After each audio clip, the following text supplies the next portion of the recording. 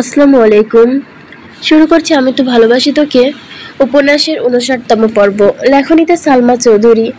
আবিরের কন্দিত কণ্ঠে বলা কথাগুলো মেঘের কর্ণকুহরে প্রবেশ করা মাত্রই মেঘ কিংকর্ত বিমূঢ় হয়ে গেছে। মেঘের বুক ধড়ফড় করছে, গা জোরে রক্ত সঞ্চারণের তীব্রতা থেকে তীব্র হতে শুরু করেছে। বুকের বাম প্রকোষ্ঠে আবদ্ধ হৃৎপিণ্ড বেদক নাভিস্বর অনুভূত হচ্ছে। আবির ভাইয়ের প্রণয়ের অনলে বারবারই আহত হচ্ছে মেয়েটার হৃদয়। আজ আবিরের আর্তনাদে সম্পূর্ণ তছনছ হয়ে গেছে সে। ভীতিকর আশ্চর্যিত পরিস্থিতি সামলানোর অনুগ্রহ প্রার্থনা মেঘের। মেঘ ক্ষুদ্র আলোতেই আশ্চর্য নয়নে চেয়ে আছে আবির ভাইয়ের পরিশ্রান্ত কৃষ্টদার দেখে। আবিরের হাতে থাকা মেঘের হাতটা থরথর করে কাঁপছে। ক্ষণিকেই ব্যবধানে মেঘের অগ্নিপট ভিজে এসেছে। আবির ভাই সরি বলছেন, কিন্তু কেন? চোখের সামনে ঘটা সবকিছু অবিশ্বাস্য মনে হচ্ছে মেঘের। কাঙ্ক্ষিত ব্যক্তির মুখে অনাকাঙ্ক্ষিত শব্দ অসহনীয় মেঘের কাছে। মেঘের নিজের সাথে নিজের অনুভূত বিগ্রত করতে থাকছে। মনের অন্তরণে টালমাটাল হাল সামলাতে মেঘ ভয়ার্ত গলায় জানতে চাইল, আপনার কি হয়েছে? কান্নার তোপে আবিরের চোখের পাশে শিরা উপশিরাগুলো দপদপ করছে। রক্তবর্ণের আখি যুগল আরো বেশ রক্তাক্ত হয়ে গেছে। আবিরের লাগামহীন কন্দরে সমাপ্তির রেশ মাত্র নেই। মেঘের চোখ ছলছল করছে, দুহাত বরফে ন্যায় ঠান্ডা হয়ে আসছে। বুকের ভেতরের ঘনীভূত অর্চনায় সরিয়ে দীর্ঘশ্বাস ছাড়ে মেঘ। ভেজা কণ্ঠে আবারও প্রশ্ন করলো, আবির ভাই আপনি কাঁদছেন কেন? আবির ঢোক গিলে মুখ তুলে মেঘের অভিমুখে চাইল। আবিরের চোখে মুখের ধরন অত্যন্ত গুরুত্বহীন, গম্ভীর। চেহারায় বিন্দুমাত্র লাবণ্য নেই। মেঘের তুষারের মতো ঠান্ডা দুহাত আবিরের আর্তকিতে নিজের গালে রাখলো। সহসা আবিরের চওড়া দুহাত গিয়ে মেঘের ছোট্ট ছোট্ট হাতগুলোকে সম্পূর্ণ ঢেকে দিল। আবিরের গালের খোঁচা খোঁচা দাড়ি, সেই সাথে গলা বেয়ে গড়িয়ে পড়া নোনা জলে পূর্ণতা পাওয়াতেই সাহিত্য অক্ষেপে যেন ধ্বংসের খেলায় মেতে উঠেছে। সে ধ্বংসলীলা প্রতিনিয়ত বোধহয় মেঘের নীলস্করুক হৃদয়কে। মনের গহীনে ১ বছরের আত্মগোপন মনন্তর গতিতে বেড়ে ওঠা অভিমানের ছাপগুলো আজ আবিরের নিরক সংস্পর্শের অনুতাপে রূপ নিতে শুরু করেছে, উঠে পড়ে লেগেছে। নিরাত ভীতিকর পরিস্থিতিতে মেঘ হতবিহ্বল হয়ে আছে। লুকোচুরি প্রেমগুলো মনের অন্তরে নিথর হয়ে থাকে। আবিরের নিরেট দৃষ্টিতে উদ্বেগ স্পষ্ট। আবির আস্তে করে গলা খাকারি দিয়ে অত্যন্ত রমণীয় কণ্ঠে বলল, অপ্রতিশোধতায় ঘেরা জনপদে আমি না চাইতেও বিশাল করণীয় কবলে পড়ে আছি। পুঁথিগত শব্দে তোকে বোঝাতে আজ আমি অক্ষম। প্রয়োজনে সমস্ত বিপর্যয় নীরবতা সরে যাবে, তবুও ব্যর্থতা সইতে পারবো না আমি। মেঘ শান্ত স্বরে নির্দ্বিধায় বলল, আপনাকে ব্যর্থতা সইতে হবে না। আমি সবসময় দোয়া করি যেন আপনি সবকিছুতেই সফল হতে পারেন। আমার বিশ্বাস আপনি সফল হবেন ইনশাল্লাহ। এবার অন্তত থামুন প্লিজ। আবির ভেজা চোখে মুচকি হাসি হাসল। তবে যেন কাউকে অনেক বেশি সহিষ্ণু হতে হবে। মেঘ উদ্বিগ্ন কণ্ঠে জানালো, কারো সহিষ্ণুতা যদি আপনার সফলতা অর্জিত হয় তবে আমিও সহিষ্ণু হবে। আবির মেঘের হাত ওপর থেকে নিজের হাত সরিয়ে মলিন কণ্ঠে হেসে বলল, অনেক রাত হয়েছে, এখন ঘুমাতে যা। মেঘ চিন্তিত কণ্ঠে শোধালো, আর আপনি? একটু পরে যাব। মেঘ নিজের ওড়নার এক পাশ টেনে আলতোভাবে আবিরের চোখ মুখ মুছে দিচ্ছে। আবির চোখ বন্ধ করে মেঘের স্নিগ্ধতা অনুভব করছে। এতক্ষণ কান্নার কারণে বুঝতে না পারলেও এখন মেঘের গায়ের গন্ধ আবিরকে মুক্ত করছে। মায়াবীকে ছুতে চাওয়ার উন্মাদনা আঁকড়ে ধরেছে আবিরকে। হৃদয়ের ক্ষত প্রতিহিত করার ক্ষমতা আবিরে থাকলেও মেঘের প্রতি আঘাত অনুরক্তি লুকিয়ে রাখার সামর্থ্য আবিরের নেই। মেঘের অনাবশ্যক যত্নে আবিরের বুকে অদ্ভুত শিহরণ জাগছে। আবিরের মনে মেঘকে নিয়ে সর্বদা সংশয় কাজ করছে। মেঘ যেদিন আবিরের চোখে চোখ রেখে আবিরের অনুভূতিগুলো জানতে চাইবে, সেদিন আবিরের সবকিছু ছারখার হয়ে যাবে।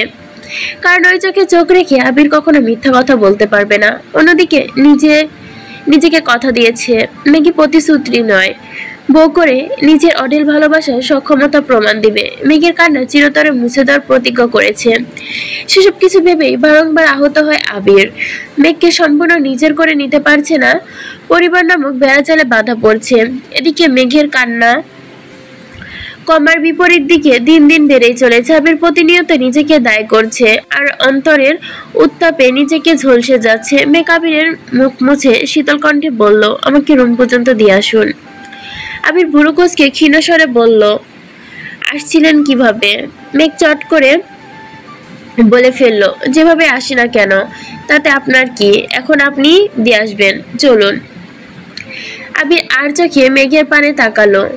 ক্ষুণ আলোয় মেঘের কন্দিত মুখশ্রী উজ্জ্বল হচ্ছে। আবির মৃদু হাসলো। আবিরের হাসি দেখে মেঘ হতাশার ভারী নিঃশ্বাস ছেড়ে অকল কণ্ঠে বলল,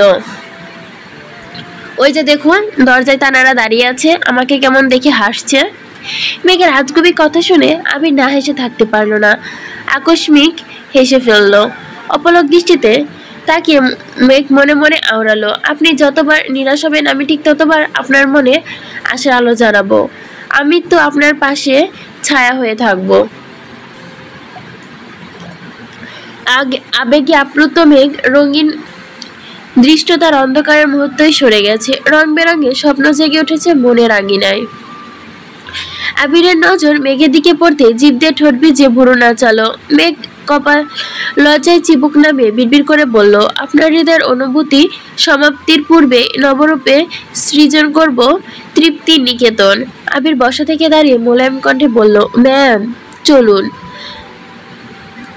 আবির হাঁটছে, মেঘ আবিরের পিছু পিছু হাঁটছে। কিছুটা আলোকিত ছাদ পেরিয়ে দরজার কাছে আসতেই মেঘ চোখ বন্ধ করে ফেলেছে। হঠাৎ মনে হলো, সত্যি যদি তানারা এখানে থাকে। মেঘ ভয়ে আবিরের শার্ট খামচে ধরেছে।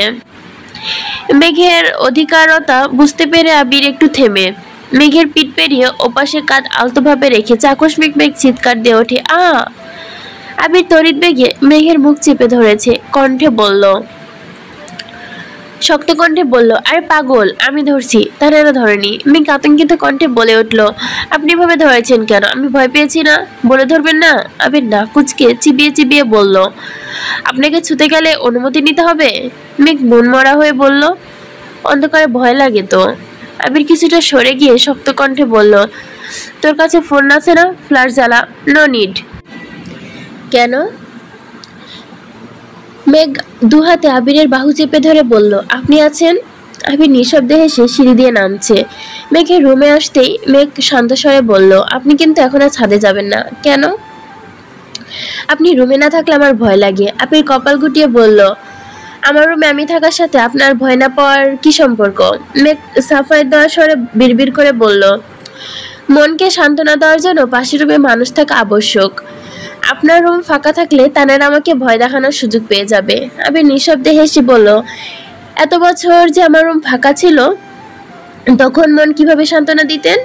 মেঘ একরাশ বিরক্তি নিয়ে বলে উঠল, আপনি এত কথা কেন বলেন? ছাদে যেতে বারণ করেছি মানে যাবেন না?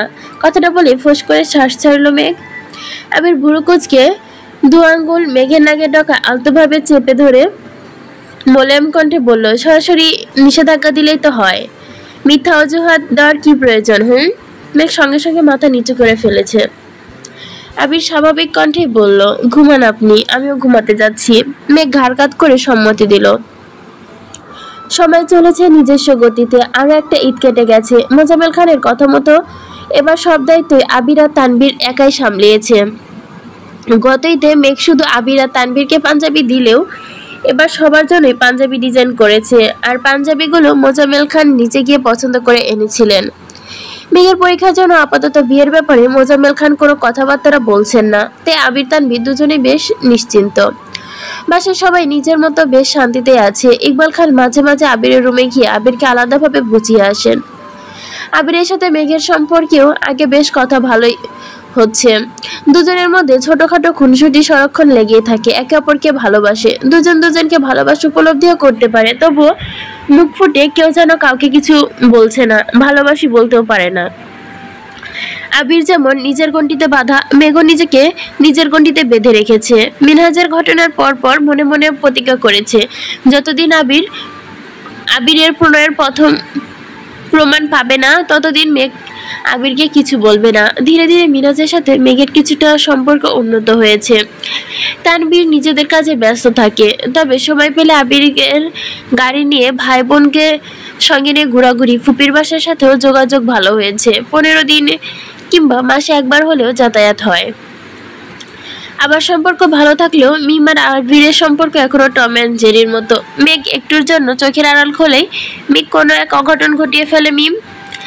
আরে প্রথম আম্মুর কথা ভেবে মিমে দুষ্টুমি সহ্য করলেও এখন করে না, সুযোগে দুইটার পেছনে লাগে। আজ সকাল থেকেই শিমুল আর সোহাগ তানবীরকে কল দিচ্ছে।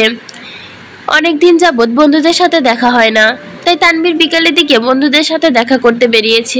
শিমুল আর সোহাগ দুজনেই আগে থেকে উপস্থিত ছিল, একসঙ্গে ঘোরাঘুরি করে আড্ডা দিচ্ছিল আর চা খাচ্ছিল। তানবীর চায়ের চুমুক দিতে রাস্তার দিকে তাকিয়ে সহসা ভুরু কুচকালো। বন্যা কিছু জিনিসপত্র নিয়ে একা একা হর্ন নিয়ে যাচ্ছে। তানবীর চায়ের কাপ রেখে তড়িঘড়ি করে উঠে গেল। যেতে যেতে বলল, তোরা বস, আমি আসতেছি। সোহাগ ধীর কণ্ঠে শোধালো, কোথায় যাচ্ছিস? তানবীর মেকিস্বরে জবাব দিল, প্রেম করতে। তানবীর যেতে যেতে বন্যা অনেকটা সামনে চলে গেছে। তানবীর পেছন থেকে ডাকলো, বন্যা। আচমকা পুরুষালী কণ্ঠে নিজের নাম শুনে বন্যা ফিরে তাকালো। তানবীর কে দেখে স্বস্তি পেল, স্বাভাবিক কণ্ঠে বলল, আসসালামু আলাইকুম। ওয়ালাইকুম আসসালাম। পরীক্ষা কেমন হলো? আলহামদুলিল্লাহ ভালো। কোথায় গিয়েছিলেন? একটা ফ্রেন্ডের বাসায় গিয়েছিলাম, আর কিছু কেনাকাটা করছি। তানবীর হাত বাড়িয়ে বলল, ব্যাগটা আমাকে দাও, আমি এগিয়ে দিয়ে আসছি। বন্যা তড়িৎ বেগে বলল, না, আমি নিতে পারবো। বিশ্বাস রাখতে পারো, তোমার ব্যাগ নিয়ে পালাবো না আমি। বন্যা ভুরু কুঁচকে গম্ভীর কণ্ঠে বলল, আমি কি একবার বলছি যে আপনি আমার ব্যাগ নিয়ে পালাবেন? তাহলে ব্যাগটা দাও। ব্যাগ নিতে গিয়ে বন্যার হাতে হাত লাগে তানবীরের। বন্যা তৎক্ষণাৎ ব্যাগ ছেড়ে হাত সরিয়ে ফেলেছে। তানবীরের স্পর্শ তপ্ত অনুভব হতেই বন্যার বুক কেঁপে উঠেছে। তানবীর ব্যাগ ধরে বিস্ময় সমেত প্রশ্ন করলো, কোনো সমস্যা? না। তানবীরকে কে বুঝাবে? বন্যার কাছে তানবীর মানুষটাই সমস্যা। বন্যা যতটা সম্ভব তানবীরের থেকে নিজেকে গুটিয়ে রাখে, তবুও ততটা পারে না। কোনো না কোনোভাবে মানুষটার সাথে দেখা হয়ে যায়। বন্যা স্বাভাবিক কণ্ঠে বলল, আপনি এখানে কেন আসছিলেন? বন্ধুরা দেখা করার জন্য বারবার কল দিচ্ছিল, তাই আসছি। এখানে চলে আসলেন যে? বন্ধুরা খুঁজবে না? আমাকে ব্যাগটা দিয়ে বন্ধুদের কাছে যান, আমি নিতে পারবো। এত কথা বলো কেন? আমি সাথে যাচ্ছি, এটা ভালো লাগছে না? তানবীরের ধমক খেয়ে বন্যা কিছুটা কেঁপে উঠল। তানবীর সহসা কৌতূহল স্বরে বলল, আরে মজা করছিলাম, চলো তোমাকে একটা চা খাইয়ে রিক্সা উঠিয়ে দিচ্ছি। বন্যা নাক কুচকে বলল, চা খাবো না, ধন্যবাদ। তানবীর শব্দ করে হেসে বলল, আমি তো জানতাম তোমার চা খুব পছন্দ, এখন আমি বলছি বলে খাবে না? বন্যা কিছুটা উদ্বেগ কণ্ঠে বলল, আপনাকে কে বলছে? মেঘ। সেটা জেনে তুমি কি করবা? খাবে কিনা বলো। বন্যা আস্তে করে বলল, ঠিক আছে। অনেকটা এগিয়ে গিয়ে রাস্তার পাশে একটা চায়ের দোকানে দুজন চা খেতে দাঁড়িয়েছে। আশপাশে তেমন মানুষ নেই বললে চলে। চায়ের দোকানে 4-5 জন লোক চা খাচ্ছে, তার মধ্যে দুজনের হাতে সিগারেট, তারা সিগারেট টানছে। বন্যা গোল গোল চোখ করে ওইদিকে তাকিয়ে আছে। তাদের হাবভাব দেখে বন্যার ভুরু যুগল কুচকে আসে। তানবীর সে দৃশ্য দেখে বলল, তুমি বরং এই পাশে দাঁড়াও, ধোয়া আসবে না। বন্যা আর্তকিত ভাবে তানবীরের পানে চাইলো, কিছু একটা জিজ্ঞেস করতে গিয়েও থেমে গেল। তানবীর তপ্ত স্বরে বলল, কিছু বলবে? বন্যা এপাশ ওপাশ মাথা নাড়িয়ে বোঝালো কিছু বলবে না। তানবীর পুনরায় প্রশ্ন করলো, তুমি কি কোনো কারণে আপসেট? বন্যা চোখ তুলে তাকালো, তবে কিছু বলল না। বন্যা রাস্তার দিকে মুখ করে দাঁড়ানো, আর তানবীর রাস্তার পাশে দাঁড়ানো। এদিকে সচরাচর গাড়ি চলাচল করে না। হঠাৎ দু একটা গাড়ি আসে। বন্যার সঙ্গে সরাসরি চোখাচোখি হতে তানবীর বন্যার মাদকের ন্যায় চোখ গহীনে ডুবে যাচ্ছে। আশপাশ বলে নীরের দৃষ্টিকে বন্যাকে দেখছে। আচমকা বন্যা এগিয়ে এসে তানবীরের পেট বরাবর শার্ট আঁকড়ে ধরে টান দিতে তানভীর বেসামাল হয়ে বন্যার সাথে ধাক্কা খেলো। তানভীরের ঘোর কাটতে খেয়াল করলো একটা পিকআপ নিয়ন্ত্রণহীনভাবে তানভীরের পাশ কেটে স্পিডে চলে গেছে। তানভীর সঙ্গে সঙ্গে আশপাশ দেখলো, এদিক ওদিক। বন্যা দু হাত এখনো তানভীরের পেটে। কয়েক মুহূর্তে তানভীর স্বাভাবিক হলো। বন্যা স্পর্শ অনুভব করা মাত্র তানভীরের সারা শরীর ঝাঁকুনি দিয়ে উঠেছে। বন্যা নিজেকে সামলে তানভীরের সঙ্গে সঙ্গে সরে দাঁড়ায়। বন্যার আগে ফুসতে ফুসতে বলল, আপনাকে এতবার ডাকলাম, কথা কানে যায় না? তানভীর বন্যার ক্রোধিত চোখে মুখ দেখে মৃদু হাসলো। তানভীরের মস্তিষ্ক এখনো বন্যার স্পর্শ অনুভব করছে। কি হয়েছে বা কি হতে যাচ্ছিল এসব তানভীরের বিশেষ মনোযোগ নেই। তানভীর ঠোঁটে হাসি রেখে বন্যার মেজাজ আরো বেশি খারাপ হলো। রাগে কটমট করে বলল, আপনি হাসছেন? এখন যদি গাড়িটা আপনার উপর দিয়ে যেত তখন কি হতো? তানভীর মৃদু স্বরে বলল, ও জানি না। বন্যা ফের বলে উঠল, রাস্তাঘাটে এভাবে চলাফেরা করেন? তানভীর কপাল গুটিয়ে প্রশ্ন করলো, কিভাবে চলাফেরা করি? অসাবধানতায়। ও। বন্যা ফোঁস করে উঠল, ও কি? আপনার কিছু একটা হয়ে গেলে বাসার অবস্থা কি হতো একবার ভেবেছেন? তানভীর কপাল কুঁচকে বলল, কি হতো? তানভীরের দুষ্টুমি বুঝতে পেরে বন্যার রাগ আরো বেড়ে গেছে। রাগের কারণে বন্যার ঠোঁট দুটো স্বাভাবিকের থেকেও বেশি সরু লাগছে। গোলাপি লিপস্টিকে সরু উষ্ঠদয় তানভীরের নজর স্থির হয়ে আছে। বন্যার আগে একের পর এক কথা বলছে। তানভীর অবাক লোচনে শুধু ঠোঁটের দিকে চেয়ে আছে। বন্যা আকস্মিক বলে উঠল, আমি এখনই মেঘকে কল দিব, সব বলবো। মেঘের কথা শুনে তানভীরের এবার টনক নড়ে উঠল। তৎক্ষণাৎ বলল, প্লিজ বনুকে কিছু বলো না। বন্যা ভারী কণ্ঠে বলল, আপনি কতটা কেয়ারলেস এটা তোর জানা দরকার। আমি এখনই কল দিচ্ছি। বন্যা কল দেওয়ার আগে জন্য ফোন বের করতে লাগলো। তানভীর বন্যার হাত থেকে ফোনটা নিয়ে নিজের পকেটে রেখে গম্ভীর কণ্ঠে বলল, আর যাই করো না সমস্যা নেই, কিন্তু বনুকে আজকের ঘটনা বলবা না প্লিজ। কেন? তানভীর মনে মনে বিড়বিড় করলো, ভাইয়া যদি জানতে পারে আমার জন্য বনু কান্না করছে তাহলে সব রাগ আমার উপরে ঝাড়বে। ও মা, আমি নাই। তানভীর ঢোক গিলে উষ্ণ স্বরে বলল, বনুকে বললে বাসায় সবাই জেনে যাবে, বনু কান্নাকাটি করবে, নাজেহাল অবস্থা করে ফেলবে, বাসার মানুষকেও বকা খেতে হবে আমার। বন্যা চাপা স্বরে বলল, মেয়েকে খুব ভালোবাসেন তাই না? তানভীর কপাল কুঁচকে মৃদু হেসে জবাব দিল, হ্যাঁ খুব ভালোবাসি। তানভীর মনে মনে আওড়ালো, বনুর বেস্ট ফ্রেন্ডকেও খুব ভালোবাসি। বন্যা ধীন কণ্ঠে বলল, মেঘ আপনাকে অনেক বেশি ভালোবাসে। ওর জন্য বাসার সবার জন্য হলেও একটু সাবধানে চলাফেরা করবেন। আপনার একটু উদাসীনতা পুরো পরিবারকে কাটতে হবে, তাই প্লিজ সাবধানে চলাফেরা করবেন। তানভীর নিঃশক্ত দৃষ্টিতে তাকিয়ে মোলেম কণ্ঠে বলল, ইনশাআল্লাহ চেষ্টা করব।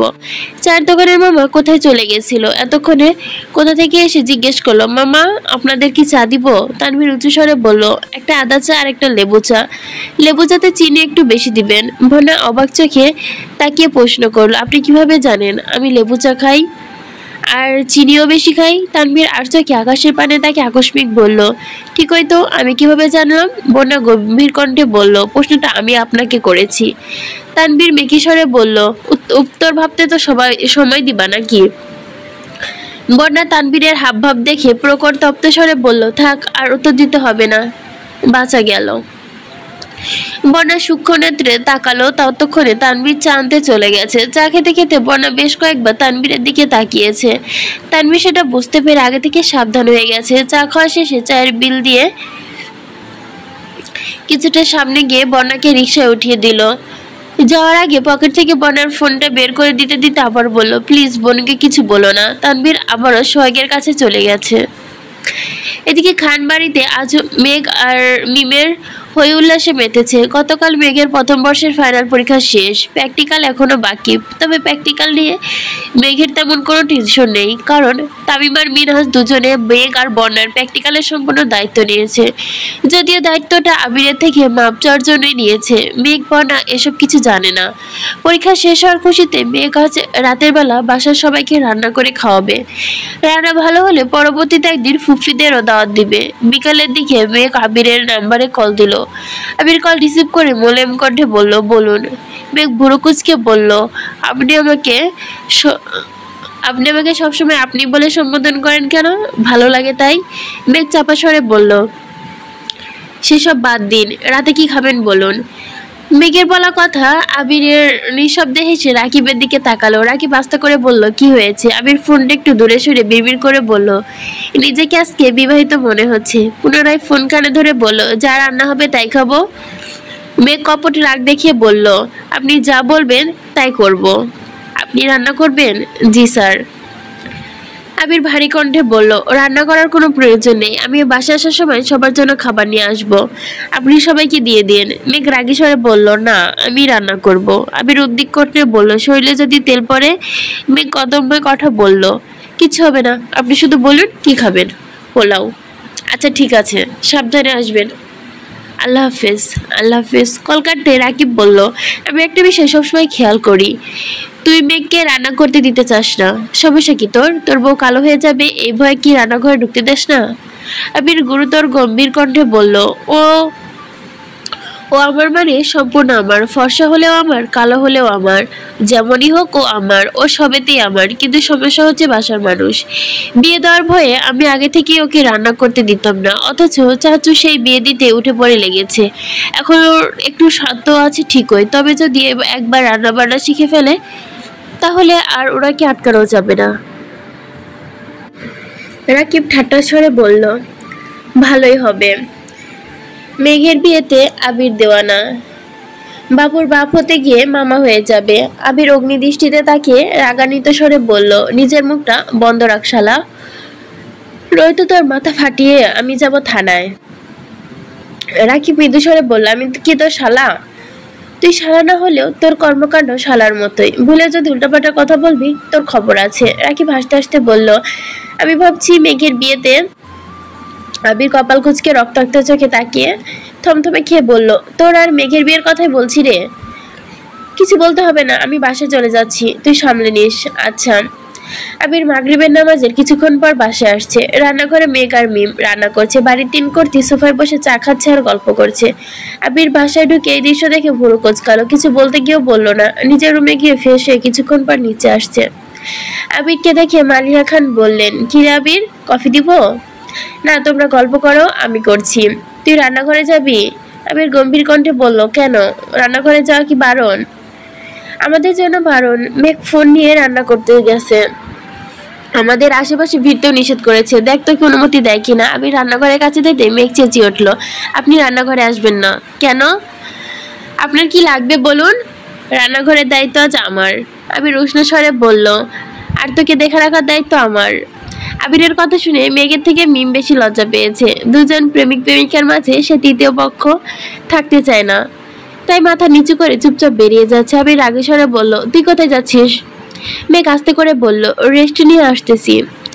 আবির গ্যাসে গরম পানি বসে মেঘের রান্নাগুলো চেক করছে। পোলাও, ডিম ভুনা ছাড়াও আরো 2-3 আইটেম অলরেডি রান্না করা শেষ। রান্নাঘরের এক পাশে রান্নার ভিডিও চলছে। আবির সবগুলো একটু একটু টেস্ট করে আদৌ খাওয়ার যোগ্য হয়েছে কিনা বোঝার চেষ্টা করছে। মেঘকে রান্না করতে দিতে চায় না ঠিকই, কিন্তু রান্না করার পর তা খাওয়ার যোগ্য কিনা বা মুখে তুলতে পারলো কিনা, যদি কেউ মুখে তুলতে না পারে এটা আবিরের জন্য অপমানজনক বিষয়। সবগুলো চেক করে টুকটাক করে বলে দিচ্ছে। পরিশেষে পোলাও মুখে দিয়ে আবির থ হয়ে গেছে। মেঘ কেউ আহম্মকের মতো আবিরকে দেখছে। আবির কোনো রকম গিলে ধীর কণ্ঠে বলল, লবণ দেসনি? না। কেন, রেসিপিতে কি তারা লবণ দেয়নি? দিয়েছিল, তাহলে তুই দেসনি কেন? মেঘ উত্তর না দিয়ে উল্টো প্রশ্ন করলো, ভাতে কেউ লবণ দেয়? মেঘের কথা শুনে আবির বেকুব বনে গেছে। এমন সময় আলী আহমদ খান আর মোজাম্মেল খান বাসে আসছে। আবির তড়িঘড়ি কফি নিয়ে রান্নাঘর থেকে বেরিয়ে এসে মালিয়া খান ইশারা করে রান্নাঘরে যেতে বলল। মালিয়া খান গেল। মেঘের জেদের কারণে তিনি বিশেষ কোনো সাহায্য করতে পারেনি। ঘন্টাখানেক পর খাবার টেবিলে সবাই বসেছে। মেঘ আজকে নিজের হাতে সবাইকে খেতে দিচ্ছে। মালিয়া খান দাঁড়িয়ে দাঁড়িয়ে বলে দিচ্ছে কোনটায় লবণ কম হয়েছে, কোনটা বেশি হয়েছে। আবির আর তানভীর মিটমিট করে হাসছে। মোজাম্মেল খানের নজরে পড়তে ফুঁস করে উঠল, এত হাসাহাসি করো না, তোমরা যাও এতগুলো আইটেম রান্না করে নিয়ে আসো, তারপর দেখি কেমন হয়। তানভীর ঠোঁট বেঁকিয়ে বলল, আমরা সেই জন্য হাসছি না, আপনি যে অবস্থায় বনুকে বিয়ে দেওয়ার কথা ভাবছিলেন তার জন্য হাসছি। মোজাম্মেল খান গম্ভীর কণ্ঠে বললেন, এমন বাড়িতে মেয়ে বিয়ে দিব যেখানে আমার মেয়েকে রাধুনী নয় রাজরানী করে রাখবে। তানবীর মাথা নিচু করে মনে মনে আওড়ালো। আর সেটা হলো এই খানবাড়ি, এখানে আমার বোন রাজরানীর মতো থাকবে, অথচ আপনি বুঝতে পারছেন না। রাত 10টার পর মেঘ আবার রান্নাঘরে গেছে। এবার আর কোনো রেসিপির চেষ্টা করেনি, সবার জন্য নুডলস রান্না করেছে। নিম তানবীরকে রুমে গিয়ে দিয়ে এসেছে, আবিরের জন্য নিয়ে গেছে সে নিজে, আর বাকিটা সবার জন্য রেখে গেছে। মেঘ দরজায় দাঁড়িয়ে আস্তে করে বলল, আসবো? আবির ওয়ার্ডরোবে জামা কাপড় রাখছিল, ঘাড় ঘুরিয়ে মেঘকে অন্ধকারাচ্ছন্ন চেহারা দেখে থমথম খেয়ে বলল, হতবাক হয়ে জিজ্ঞেস করলো, কি হয়েছে? মেঘ চিবুক নামিয়ে মৃদু স্বরে বলল, আমার রান্না ভালো হয়নি, হয়তো পেট ভরেনি, তাই নুডলস নিয়ে আসছি। আবির মৃদু হেসে বলল, বিষ নিহত জেনেও প্রতিনিয়ত আমরা কত কি খাচ্ছি, সেখানে আপনার লবণ কম মশলা বেশি, খাবার আর এমন কি? মেঘ কাঁদো কাঁদো মুখে বলল, আমি কিছুই ঠিক মতো পারি না। আবির কোমল কণ্ঠে ডাকলো, ম্যাম। মেঘ আস্তে করে বলল, আপনাকে আগেও বলেছি, আজ আবারও বলছি, রান্নার বিষয় নিয়ে ভুলে মন খারাপ করবেন না। পৃথিবীর কেউই পারফেক্ট হয় না, মেনে নেওয়া আর মানিয়ে নেওয়ার মধ্যে দিয়ে সারা জীবন কাটাতে হয়। মেঘ মুখ ফুলিয়ে আবিরের দিকে তাকিয়ে আছে। আবির আবারও বলল, আপনার জন্য দুটো শার্ট রেখেছিলাম, দেওয়া হয়নি। আর পুরাতন শার্ট নিবেন নাকি নতুন কিনে দিব? আবিরের ইস্ত্রি করা দুটো শার্ট বের করে মেঘের দিকে এগিয়ে দিল, একটা সাদা আর একটা কফি কালার। মেঘ শার্ট দুটো দেখে সহসা আবিরের দিকে তাকালো। আবিরের পরনে শুভ্র রঙের একটা শার্ট। মেঘ মনে মনে সাহস অর্জন করে হঠাৎ বলে ফেলল, পুরাতনই নিব, কিন্তু আমি এই শার্টটা নিব না, আপনার পরনেরটা নিব। আবির স্বাভাবিক ভঙ্গিতে বলল, আচ্ছা এই দুইটা আপাতত নিয়ে যান, কালকে এটা ধুয়ে তারপর দিয়ে আসবো নে। মেঘ শ্বাস ছেড়ে নিরেট কণ্ঠে বলল, শার্ট আমি ধুতে পারবো, দিলে এখনই দেন, নয়তো লাগবে না। আবির সঙ্গে সঙ্গে শার্ট খুলে একটা টি শার্ট পরে সাদা শার্ট মেঘের দিকে বাড়িয়ে দিল। মেঘ 3টা শার্ট নিয়ে যেতে যেতে বলল, নুডলসটা খেয়ে নিয়েন। রুমে এসে দরজা বন্ধ করে আবিরের পরনে শার্টটা মেঘ জামার ওপর দিয়ে পরে নিয়েছে। শার্ট লম্বায় হাঁটু পর্যন্ত পৌঁছে গেছে, তবে সেদিকে মনোযোগ নেই মেঘের। মেঘ চোখ বন্ধ করে আপন মনে আবিরের গায়ের গন্ধ উপলব্ধি করছে। কল্পনাতে আবিরকে নিয়ে শতাধিক স্বপ্ন দেখছে, অজানা অনুভবে মেঘের মনে আষ্টে পৃষ্ঠে জড়িয়ে আছে। অজানা অনুভূতি মেঘের মনকে আষ্টে পৃষ্ঠে জড়িয়ে নিয়েছে। মেঘ পুরো ঘরে ছোটাছুটি করে ড্রেসিং টেবিলের সামনে গিয়ে দাঁড়ালো। লজ্জায় মেঘের নাক মুখ লাল হয়ে যাচ্ছে, বারবার হাত দিয়ে মুখ ঢাকছে, আবার আঙ্গুল ফাঁক করে নিজেকে দেখছে। আকস্মিক আবির ভাইয়ের মতো হাতা ফোল্ড করতে শুরু করলো। আবিরের মতো সুন্দর না হলেও মেঘ যেভাবে কোমরে হাত রেখে ফ্যাশন করছে, একটু পরপর শার্টের গন্ধ শুকছে। প্রায় 20 মিনিট পর মেঘ বিছানায় শুয়ে চোখ বন্ধ করে দীর্ঘশ্বাস ছাড়লো।